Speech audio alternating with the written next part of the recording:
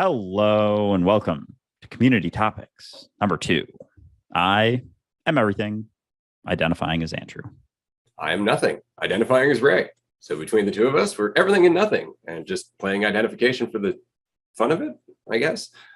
I'm down with that. I like identification at the end of the day. As long as I don't take it too seriously, it tends to be a great tool for experience. So we'll leave it at that. But I'm excited. This is Community Topics number 2. The first Community Topics episode I thought went really, really well. We managed to get some depth in there. We managed to explore a few things that we haven't explored before. This week, we have one topic that is the absolute clear winner of this week's vote. And that topic is how to question your beliefs and opinions as they come up in your day-to-day life. So this is more or less going to be a discussion on applicability than anything else, because we've talked about why it's important to question your assumptions and why it's important to question your opinions and your beliefs and why it's important to question. So we know all of that, but how do you do it when you are knee-deep in attachment to a perception that you don't know you are attached to?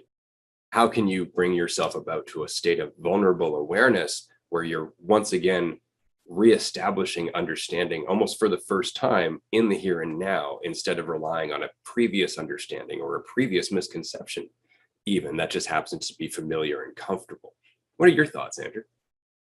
Yeah. So when I first saw this one come up, because we finish off the vote like right before the episode starts, so we don't really have time to like prep beforehand. But I kind of like it like that sometimes. So when I first saw it, how to question your beliefs and opinions as they come up, I thought of it like, well, what do you mean by how? Like I felt like it was along the lines of how do you breathe or how do you walk a mile? It's like one step in front of the other. It's like, well, you do it. You question them as they come up. And I know that's like, I almost compare it to like in baseball, for example, a good hitter, not a comparison, but just how I initially thought of it, like a good hitter when they're asked like, how do you hit so well? And like sometimes they don't always know. But with this, I think now that I've had some time to like digest it, I think it's just important initially to recognize that no matter what comes up,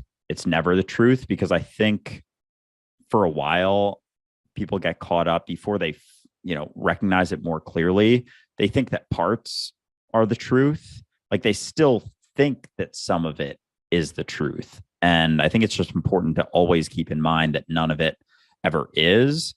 But I think in terms of the applicability, something for me that's helped, and I've talked about it many times, is the recognition that my past is not what I am. Like letting go of having a past even sometimes is like taking it to that extent for me helps. It's not necessarily that it helps everyone. I post videos about it. It triggers the fuck out of a lot of people, to be honest, because a lot of people cling to that. But for me, I think a lot of my identity and worries and fears stem from things that have happened in the past, afraid they're going to happen in the future. So recognizing that I'm literally born anew in every single moment, born again in every single moment, fresh perspective, no past whatsoever, simply aware of the experience that is here and now. And when you are able to recognize that more clearly, all of those beliefs that you have about yourself and reality are rooted in the past. They come from the past that you bring into your reality now. So being able to let go of that has helped me. So just to kick things off, that's like something that's helped me a lot with this, and is, the experience that woke me up basically. But yeah, I'm sure others will come up. Yeah, absolutely. Well, it's one of those infinite Swiss Army knives when it comes down to it. Like there's numerous different ways to question yourself, but it really just comes down to having the priority to do so. And usually that priority comes from consequence. That priority comes from experience, or it might just come from a moment of insight where you recognize what you're doing and you see the value of questioning it. But I think one of the things that helps me, or one of the things that has helped me the most over the years, has been the recognition that I always have a reason to hold on to an assumption. I always have a reason to hold on to an opinion or an idea or a concept. And that reason is almost always the same. It makes me feel better. So when I'm going through my day-to-day life, I'm on watch, or at least I used to be largely on watch for when I was trying to feel better, when I was holding on to something just for the sake of thinking that I knew what was going to happen next, or when I was holding on to a perception just for the sake of feeling like I knew what someone thought of me, or what was, as opposed to not being sure what is. Because that's a very important distinction, to recognize that you can have a really good feel for what's going to happen in your reality, and you can adapt to it and you can make it work and all of that. And then after the fact, realize that you completely misinterpreted everything that was happening, and the experience that you had was overlaid over the experience that was actually happening the entire time. And all of a sudden the entire experience is questionable now. Now you can look back at it in a different light and go, huh, that's not what I thought was happening. What else was I missing? And the more you do that, the more you start to recognize you're always missing things. You're always missing something. You're always missing somebody's tone, or you're always missing something that's happening in the background, or there's just too many elements in a situation for you to monitor or keep track of all the time. And so the more you just recognize, I never know. I never know everything. And I can't know everything. Well, the more you're willing to question things, because you see that in doing so, you get a bigger picture. You get a wider perspective of the whole field. And that's kind of why I enjoy like Sun Tzu's Art of War. Like a plan is only good until the first thing goes wrong. That's a really good insight to hold on to, because it reminds you that as much as you can be very clever, and as much as you can feel like you have numerous contingencies for anything that might happen, there's always something that you're not going to see happening. And in that moment, it's your ability to dance in the here and now that's going to determine how things go. It's not going to be how certain you feel so much as how present you are with what is happening as you go from moment to moment. And that's very different than feeling like you know. There's a very big difference between going whitewater rafting with the map in your head and thinking, yeah, I know everything that's going to happen, as opposed to whitewater rafting and being in the ripple of each and every wave, in the ripple of each and every bounce, and being able to actually feel the rafting ride as it's happening. That isn't certainty, but it certainly is influence. So given that certainty always limits influence, a good way to keep yourself in the habit of questioning yourself is to recognize that every time you don't, you are losing influence over your life. Yeah, absolutely. I think not knowing, period, is one of the most helpful things to keep in mind at all times. And it's not only like, I feel like there's an initial sort of level of not knowing what the future will hold, but then there's almost a secondary, or not, I always say levels. I mean, more so like layers, I guess. So there's an initial layer where you don't actually know what's going to happen in the future, but there's a secondary layer where you don't know what's going to happen. And you also don't know what that will lead to, and what the outcome, what the best, quote unquote, best outcome actually is. So you think of a situation that you're worried about, you have an assumption about it, you have a belief about yourself that leads you to thinking that this potential scenario may happen, it's going to go terribly, and all these things. But one, you don't know what's actually going to happen.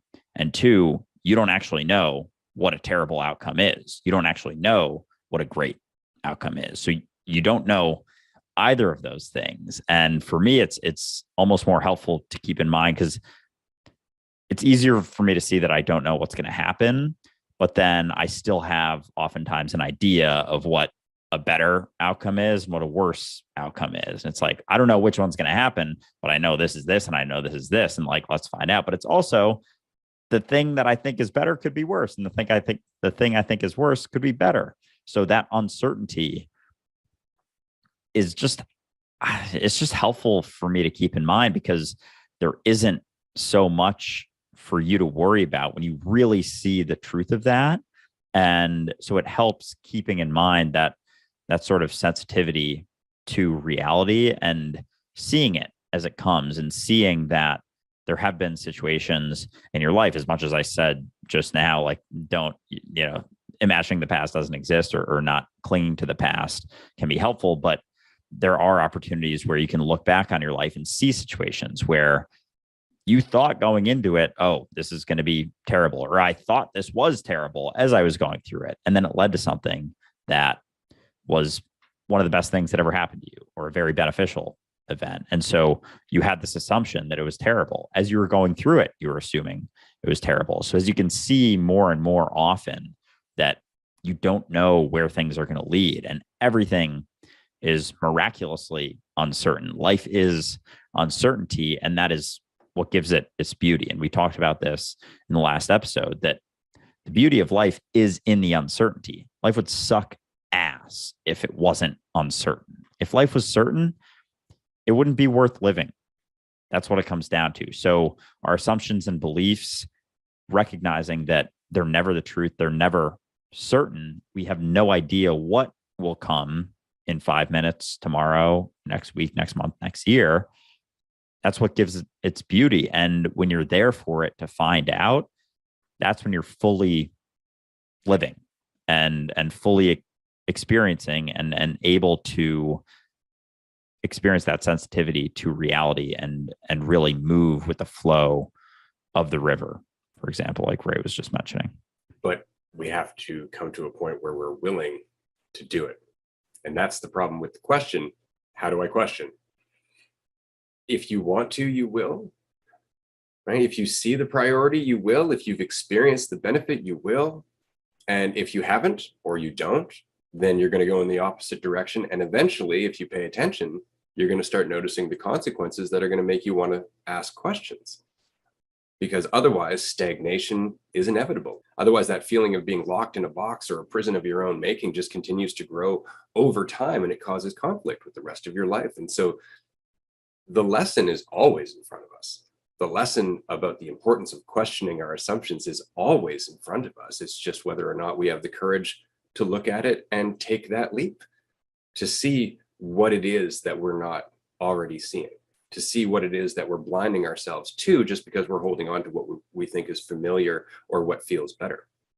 And so it really is just a matter of continuing on until you recognize that questioning is not only an option, it's a way for you to clear the slate. It's a way for you to get rid of the confusion, to get rid of the distortion. Questioning is the way for you to look at the perception of the world that you're experiencing and then remove the consequence from it by recognizing where it comes from. But if you don't question things, then you're always just going to accept them for what they are, or you're going to accept them for how they appear.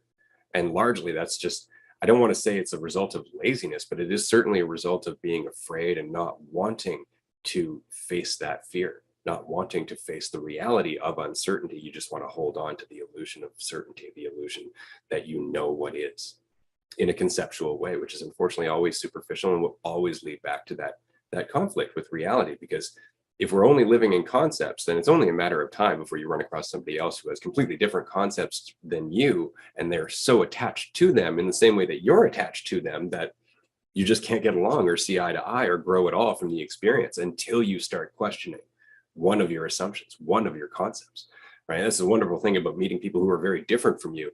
If you have the courage and the empathy to do it, you can let down your perspective and try and figure out how their perspective seems so valid to them. And in that, you'll have a moment of reason and a moment of insight, and your perspective will suddenly give way to a new one. And it's because you had the patience to give it some space to grow and change into something else. Yeah, absolutely. I like what you said about the priority as well, because this was something actually that was helping me right before I woke up. It was like one of the last things, something I sort of cling to, but it was helpful. I made a podcast and my own podcast episode about it, this idea of ultimate priorities. And my ultimate priority was like being present. And it was like the two I talked about were like being present and reducing stress or something. And so when it was like the way I was thinking about it was no matter what situation I was in, the priority was maintain presence and minimize stress. And it is very applicable to, anyone in any sort of mentality. And it goes as far as the way I would think about it was even for something I would get, worked up or stressed about something at work. I had this project coming up and typically I would just get very stressed about it. And it went so far as my priority wasn't even to do well on the project. It wasn't even to do a good job at work, as crazy as that seems, because that's where, we derive our income and paychecks and stuff. It was like, you got to be willing to put presence and lack of stress ahead of doing well at work, ahead of getting friends, ahead of finding a spouse, ahead of making a ton of money, ahead of all of those things that we deem like peak sort of things, peak status points in our human experience. And you have to go as far as that. Like it has to be, and that's what it comes back to when we talk about like it has to be for you. Like you have to be your priority at all times. Because if you're not, if you're letting that go, then you're not going to be much help to anyone else. You're going to be trying to help from an empty cup as opposed to an overflowing cup. And so that project that you're working on, doing it when you're super stressed out. And it's not to say that stress doesn't arise, it doesn't happen. Like it absolutely does. And there are times and places for it. You know, sometimes when you're amped up, when your adrenaline's going, like you can work even better. So it's not to say like avoid at all costs, but for the most part, it's maintaining that sense of I'm here now. This is the step that I'm on. I'm more concerned with my levels of stress than even doing a good job on this project or presentation or whatever it may be. And you have to go as far as letting that go above even all of those, you know, seeming pinnacles of success, be it love, wealth, fame, all of it. Like that has to be your priority. And if it isn't, then you're just not going to prioritize it. And so when it comes to how do you question those things, if you don't see it as a priority because you see other things above questioning and maintaining, you know, peace or not letting things get in the way of that, it's going to fall by the wayside inevitably. So it has to be that priority. Otherwise, it'll be easy to stop questioning because it feels better sometimes not to. And other people will be patting you on the back and saying, what a great job you did, et cetera, et cetera. So it has to be a priority for you. And once it is, things sort of fall into place and it gets a lot easier. Man, that's so true because it really does have to be its own single underlying priority far above any of the other little things that you might benefit from along the path of following that priority. Like I've seen so many people backslide over the years because they see questioning as a strategy to get to other things. Like if I question, I'll be able to meet a better partner. If I question, I'll be able to get a better job. Or if I question, I'll be able to get rid of my anxiety. And so because they're focused on the consequence and using questioning as a solution to mitigate that consequence, that's great. That works for a little while until they stop questioning because the consequence disappeared. That one individual consequence, they don't see how the undercurrent of questioning applies to everything in your life over time. It was just committing to questioning as a strategy for this one aspect of their existence. And so it didn't last. And it never does because questioning itself or the embracing of uncertainty is a dominant path in our life because the alternative is clinging to false certainty. And that's really it. When we talk about the two directions, towards or away from yourself, it really is towards the illusion of certainty versus the reality of uncertainty, right? And so, yeah, it's really interesting when you think about it that way, because it's really not about anything other than just accepting that you're never really certain. And if you can accept that and make that the pinnacle of the journey, like if you can just make that foundational understanding that you're never certain the point, then you'll always learn how to adapt to it. It's kind of like what I was thinking about this the other day. I was saying that the more time you spend in uncertainty, the less reason you have to fear the unknown. And it's because you're living in it, right? You embrace it as reality itself. And so you become a part of uncertainty in action. And after a while, you learn to feel perfectly normal and at ease in doing so. But you have to live there for a while. I had somebody on TikTok ask me, like, how are you so good at describing these things? And I said, I spent a lot of time being uncertain. That's pretty much it. That's the answer to everything. Like the more time I spend in uncertainty, the more opportunity I have to witness the insights that are there in the things that aren't familiar to me, right? But as long as I'm clinging to the familiar, as long as I'm clinging to what I think I know, I'm always just going to live within that very tiny box. And that is exactly what Krishnamurti was saying about the difference between the known and the unknown. Like we keep trying to think about the unknown, but in thinking, we are immediately using the known. So we can't get to the unknown through thought because thought is the known. That's the problem, right? So we have to abandon our belief in thought as a measure of truth in order to recognize what truth actually is, which is not thought. Yeah, it's like we're trying to know the unknown through thought because we think it is something that can be known, because we think we are something that can be known. And it all comes back to that. It's so hard to exist in uncertainty when you have this false sense of certainty about what you are.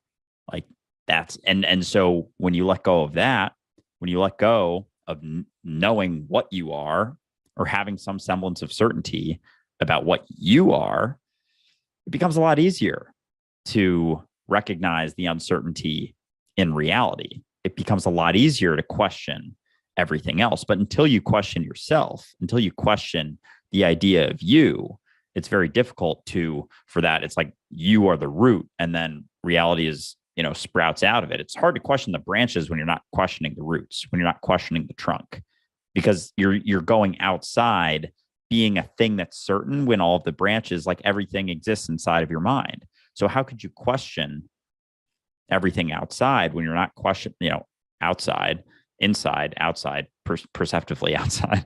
How can you question that when you haven't even questioned the idea of you? Because that's the root of our confusion. That's where all of our suffering is derived from. And I wanted to go back to, you mentioned it's got to be for you and doing things and trying to be at peace in order to, get more money, or having a quieter mind to be better at your job. It's like, it can't be for something. And it's the same with meditation. Like this was something I couldn't understand that Alan Watts was saying for so long, basically until, within the past year. There was so much that Alan Watts said that I didn't understand, but I still listened to it. I was like, I feel like it sounds cool, but I don't really know what he's saying because I was always in the way. My idea of myself was always in the way. Like, what does he mean? Like nature and me, or there is no division whatsoever. And the thing that he would talk about was with meditation. Like meditation can't be for you to be a better meditator or to be better at this or that. Meditation, the point of meditation is the meditation. I was like, well, then what the fuck's the point of that? Like, why would I do that if I'm not improving myself, if I'm not getting better, if I'm not, doing this and that? And it's because as long as you're building up the idea of yourself through meditation, you're missing the entire fucking point. You're missing all of it. And I made a video yesterday about the biggest misconception I see with the self-help industry is thinking that there's a self to help, thinking there's a you to fix.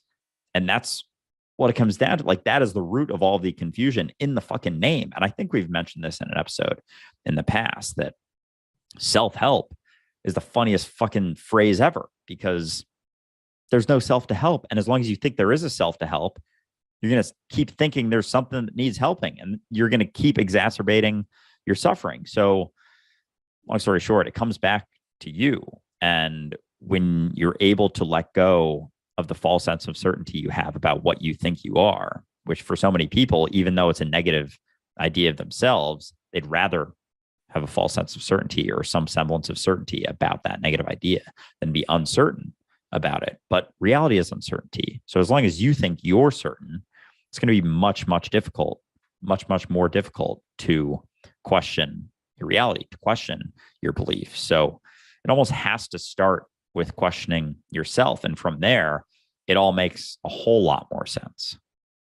That was really well said. And I would say that the entire enchilada is questioning yourself, because what you said there about the reality we experience is largely dependent on our perception of ourselves. So everything that we interact with in the world right now is largely based on the perception that we are humans made of meat, separate from one another, separate from the world, and interacting on the world in that way. And so we have government and institutions that are all based upon that perception. They're all based upon that perception. Our mental health industry is based on that perception, as we were discussing in the last roundtable. That self-image, that limited self-view as being a puppet made of meat as opposed to the universe's awareness, changes how we interact with people. It changes how we deal with certain mental illnesses. It changes how we deal with the entire experience of being, because we're not just being, we're being human, right? And that has certain implications, that has certain rules and strategies and limitations and things that we have to consider and all of that other stuff. And so it's so very interesting that as soon as I'm willing to question my humanity, or I'm willing to question what I perceive to be the outside edges of this experience, how I perceive the world changes, how I perceive the interactions I have change, how I perceive the relationships and what's happening there changes entirely. It stops being about me and someone else, and it starts just being about what is in flow with one another. So yeah, questioning yourself is the absolute best thing that you can do. Question everything about yourself, including everything you think that you know.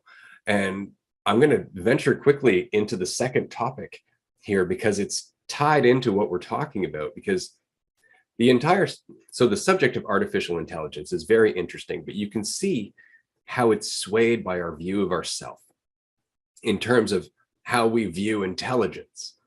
We view intelligence as something that is built upon, something that you have to build up to get to intelligence, right? But our experience isn't that at all. Intelligence is what is. Reality is intelligence. We know that from that slime mold that we were discussing in season 1. If a mold, given time, can learn how to distribute resources amongst itself and create more and more complex ways of living, that's evidence that intelligence is just reality. So when we're looking at artificial intelligence, we keep thinking about it in terms of like building a robot or building a brain that's capable of thinking about itself.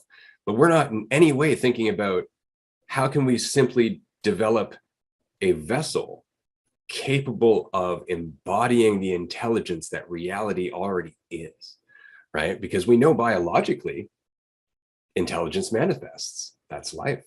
But the trick is switching it to the synthetic, right? How do we get the synthetic to become more fluid?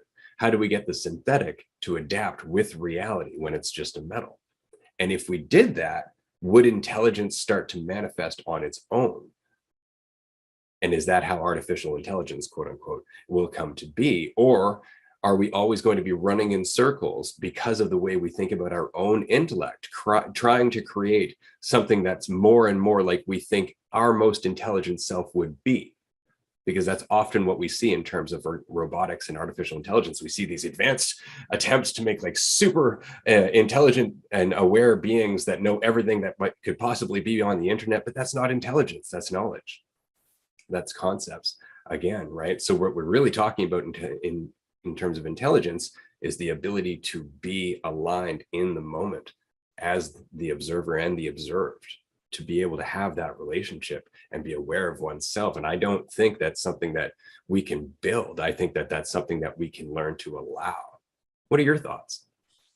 Yeah, no, it almost makes me think of the phrasing being off the way you just described it. It's not artificial intelligence, it's artificial knowledge, right? And it makes me wonder if we are, with our current mentality, kind of becoming that artificial knowledge, that artificial intelligence. Like so much of our existence is I don't love the word programmed, but it's conditioned into us. And so many, like we know that the subconscious dictates a lot of our life. And it seems like we're getting further and further from being that intelligence and getting closer and closer to being just like knowledge suits. And because that's what we think intelligence is, we don't think that we are inherently the eternal intelligence of reality. Like we've forgotten or gotten so caught up in the illusion of duality that we don't see it in that way anymore. But yeah, we think of intelligence as knowledge as opposed to just what's left when there aren't any more concepts, and recognizing that it's all within us already like the entire universe exists inside of your mind. So to think that you don't know everything already is kind of funny. And it's interesting thinking about artificial intelligence and the way that people think about it. It's all derived based on the way that we think of ourselves. It's all derived from human, as you were just mentioning. So, yeah, it's a very interesting topic, but I'm curious too. This just is something I just thought of because sometimes people will ask, like, oh, if I'm God, why don't I know everything? And I'm starting to see more clearly and be able to recognize, similar to, might have been in the first episode when I was like, if I just waved my hand, you didn't wave my hand. And you're like, well, oddly enough, I just did. Like, I did not know what the fuck you were talking about when you first said that. And now I do, because it just comes down to where you identify as. You don't identify as that body. I was still identified as being this body. So when people ask, if you're God, if you're the eternal intelligence of reality, how do you not know everything? It's, well, I'm not this. I know everything you know, and you know everything I know, because I am you and I am reality itself. So everything that could be is known by me because I'm everything. But then I don't know, kind of still struggle with that, because I understand it comes down to what I identify as, but I can't just come up with a fact from 1720 out of nowhere. But at the same time, could I, if I wasn't limiting myself? Like, how much could I tap into if I let go? Similar to in the movie Lucy, she's letting go more and more at the end. Won't give away the ending, but Ray's seen it, so he knows what I'm talking about, that she is able to see all of that. So is it just that identity, that fucking identity, getting in the way of my ability to tap into everything that's could possibly be known from a knowledge standpoint? I think so. I honestly do. And I think that that's why we have historical anecdotal evidence of different seers and prophets and whatnot. Like Nostradamus was probably the best example of that. That man had so many prophecies that were uncanny in terms of how close they were to being the truth. Like when he predicted Hitler, and the only difference was in how he spelled it. It was Hister in his prophecy, right? Or the sinking of the Titan, the largest ship in the world, which happened to be the Titanic. So you can, and this was long before any of that happened, right? And so you have to ask yourself, and again, you're talking about esoteric knowledge. You're talking about things that we have not experimented with in probably thousands of years, because of our devotion to control and because of our devotion to identity and empire building and all that other stuff. But I wouldn't say it's impossible. I would say that we are just starting to scratch the surface of exactly how much we do have access to. But in terms of that question of, okay, if I'm God, why don't I know everything? I think it's important to recognize exactly how big that question is.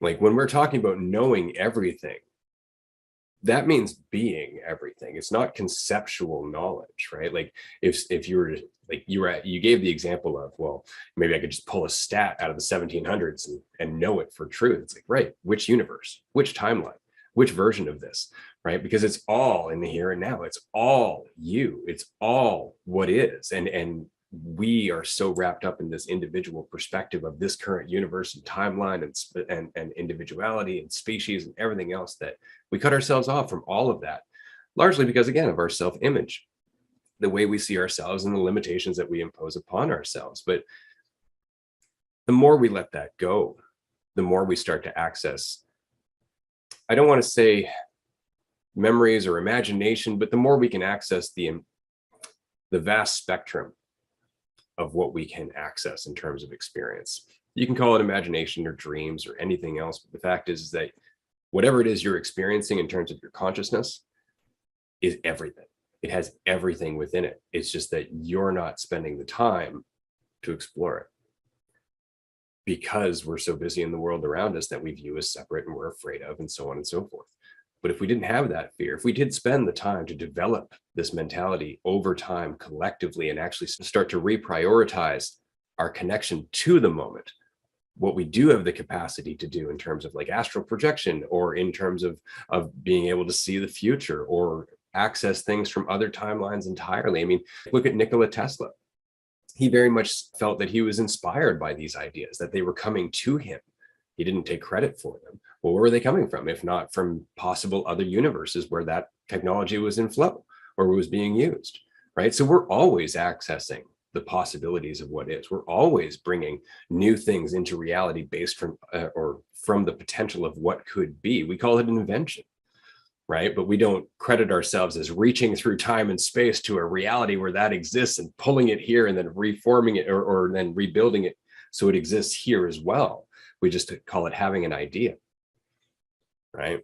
But it's not having an idea, it's accessing something that was already in there, which is why you have numerous different areas of the world where completely separately and completely independently, they all started building pyramids around the same period of time, right? It's not like they were in communication with one another. It's just that that idea was there, and it surfaced, and it surfaced in a number of different places. Nobody had the idea, but it already existed. Did it exist from another reality, from another timeline, from another universe? Does it exist in all of those timelines and universes? Who knows? I have no idea where the entirety of our creative ability comes from, except from creation itself. That's it. It's crazy how limited of an idea we have of intelligence. And it's like we're so caught up in thinking that we're the peak of intelligence that we're moving on to something like artificial intelligence. And we're like, oh, this is the next step. It's like we haven't even tapped into probably 1% of what we could possibly do here, what we could possibly tap into. And we're trying to get into, artificial intelligence. It's like we haven't even touched intelligence, and we're jumping to artificial intelligence. It's like, oh man, like our potential capabilities are insane. And they've, Nostradamus, I don't know much about him, but that type of stuff is nuts. And it's like it's fascinating how much we write those things off, similar to imagination, how much it's like this crazy ass thing. And we're just like, oh, it's just the imagination. Oh, it's, I'm just human. I'm just existing on Earth. It's like, we see the pictures of space. Like we see that stuff and we're like, oh yeah, I don't want to think about that. Yeah, it makes me uncomfortable. It's like the vastness of that, our ability, even some of the capabilities we can tap into it's nutty. It's wild to be able to have this limited of an experience is still crazy.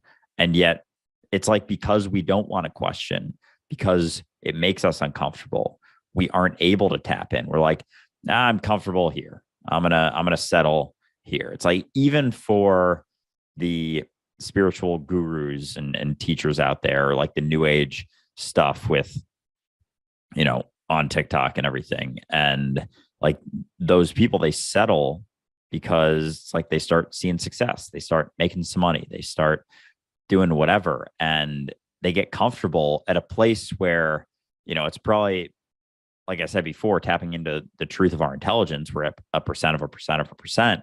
It's like they're settling at this level because our peak is so low relative to the reality of what we could be. But you have to be willing to let go of all of the other things that bring us that false sense of comfort, because we lack faith in ourselves, is what it comes down to for so much of it. And so it's very interesting that with artificial intelligence, we're so focused on that, and we're skipping over the potential that we have within us here and now. And that's way more exciting to me than any fucking robots out there, Yeah, absolutely. But the problem is, and this is where the spiritual TikTok community has unfortunately presented another roadblock for itself, is that you start looking at the potential for consciousness or awareness or alignment as unity. And then you start entertaining these ideas of being able to see the future or move things as a result of recognizing your connection to them, or any number of quote unquote superpowers. And then you have all of the egotistical spiritual crowd that comes out of the woodwork going, yeah, superpowers, we're all getting superpowers. And immediately they're reinforcing that ego that cuts them off from that potential. Immediately they're looking for that sense of control and that sense of superiority and that sense that they're going to be more now than they ever were before. And it immediately takes them away from the process of abandoning themselves and getting out of the way, so that way they can actually potentially start developing sensitivity and what we are commonly referred to as superpowers. They're not superpowers like telepathy. A lot of times we'll look at telepathy and we'll go, oh, wow, if we could develop telepathy, that would be an incredible superpower. But telepathy is already happening all the time. We are already interacting with one another's awareness. It's just that we ignore it and cover it up with words and vibrations of sound and mannerisms and all that, because it gives us the illusion that we can lie to ourselves. Right? And so we cling to that because it's easier to do and live superficially than to abandon our walls, abandon our guilt, abandon our fear of judgment, and actually just be one with everything. Right. And so it's really interesting. I got to ask a question before we wrap up this episode, because this has been a really interesting conversation for sure. Have you ever run across Douglas Adams' The Hitchhiker's Guide to the Galaxy? I have not. No, it's on my book list from you in my notes. Yeah. Awesome. I'm going to ruin something for you, but it's not a significant part of the story necessarily. You'll probably forget it by the time you get through chapter 1 or 2. But what's interesting is that at one point, this advanced civilization in The Hitchhiker's Guide to the Galaxy decided that it wanted to know the answer to the ultimate question about life, the universe, and everything. And so they created the most advanced computer possible on their planet. And it spent hundreds of years or thousands of years, literally their whole species had to evolve while this thing was processing the answer to the most important question about life, the universe, and everything. And finally, it's coming up to the date where they're going to announce the answer to the ultimate question. And the answer is 42. And they're all like, what? What is that all about? And the computer says, while I am the most intelligent computer that exists currently, I am not intelligent enough to actually come up with the ultimate question, just the ultimate answer. Right. And so as a solution, that computer designs a new computer, a bigger computer, something that is so complex that it would be able to, after a long period of time and evolution, come up with the ultimate question about life, the universe, and everything. And what's interesting is that that computer is Earth. Damn, that is very interesting. There's a lot there. Holy shit. Yeah, but I mean, that goes along with what we're talking about, like trying to create intelligence and everyone clinging to the idea of superpowers, that I'm going to have superpowers and I'm going to get this and I'm going to, create artificial intelligence. And it's all relative to me, just like we were talking about in the first topic, questioning our beliefs. It has to start with you. And once you question the idea of yourself and let go of that, this whole conversation, this entire podcast makes a whole lot more sense. But as long as you're in the way, it's going to be a lot more difficult to question reality itself when you feel like you have some sense of certainty of yourself. Absolutely. You have to let go of the false sense of certainty just to be able to experience more potential. That's all it is. It's just about embodying potential, which means surrendering limitation. And limitation and certainty are exactly the same thing. That's the problem, right? If you're certain that you have a limitation, you're never going to push beyond it. You have to question that certainty in order to see what you're capable of. And on that note, I think we're going to end this episode here. This has been so much fun. Community Topics number 2 is a huge success. Thank you so much for joining us, everyone. As always, we do our weekly chats on Patreon. If you have the chance to join us there, it's only $5 a month. It is by far the most valuable gem in all of our collection of content and releases and everything else in terms of giving you the ability to get involved with this conversation, to actually ask us questions in real time and recognize that we really don't prepare, that we are always just being in the present with you. And that's the experience we're sharing with you. And whatever comes out of that is whatever comes out of that. And we'd love to share that with you if you can join us on a group chat next week or any week, really. And of course, if you can join us on the upcoming retreat in November, we'd love to see you there as well. I have nothing to add, Andrew. Anything else? Now excited for next week's community topics, because this is a awesome addition to the Duelist community repertoire, and it's nice to be able to get everyone involved with the conversation and what we're talking about. So yeah, thanks for tuning in. Looking forward to next week. Bye, everyone.